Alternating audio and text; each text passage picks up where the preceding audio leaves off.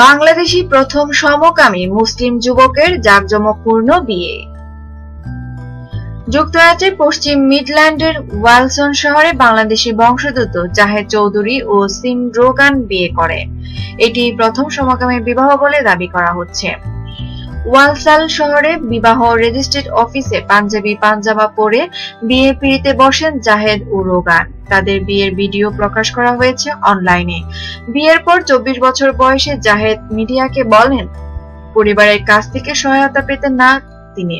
তাছাড়া স্কুলের লাঞ্ছনার শিকার হতেন জাহেদ, এমনকি স্থানীয় মসজিদে তার প্রবেশাধিকার নির্দেশ করা হল বলা জানান তিনি। পরবর্তী জাহেদ নিজের লিঙ্গ পরিবর্তনের চেষ্টা করেন।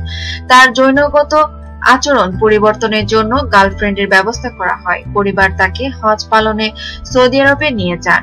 বাংলাদেশে এনেও ধর্মীয় নিয়ম কানুন পালনের চেষ্টা করা হয় তাকে। এক পর্যায়ে তিনি আত্মহত্যা করার চেষ্টা করেন। সেই সময় রোগানের সাথে দেখা হয় তার। রোগানকে দেখে জীবনের মানে খুঁজে পান তিনি। তারা 2015 সাল থেকে একসাথে থাকা শুরু করেন। পরবর্তীতে জাহেদ গত বছর স্বামী রোগানের জন্মদিনে তাকে বিয়ের প্রস্তাব দেন।